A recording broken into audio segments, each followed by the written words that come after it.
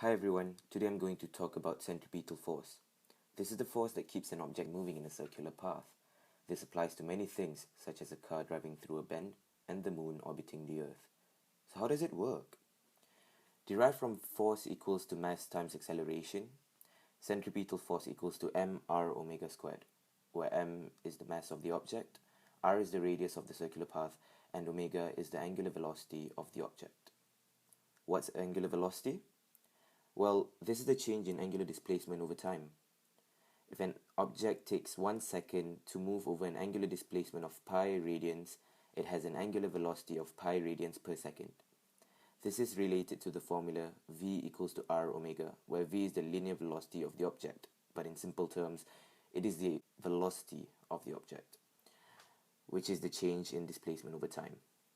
This relation makes sense because for a fixed omega, as the radius increases, the distance the object has to travel in that fixed time increases too. Hence, v has to increase. So centripetal force also equals to mv squared over r. Even though I would love to include how a equals to v squared over r and r omega squared, 2 minutes is not nearly enough to prove this.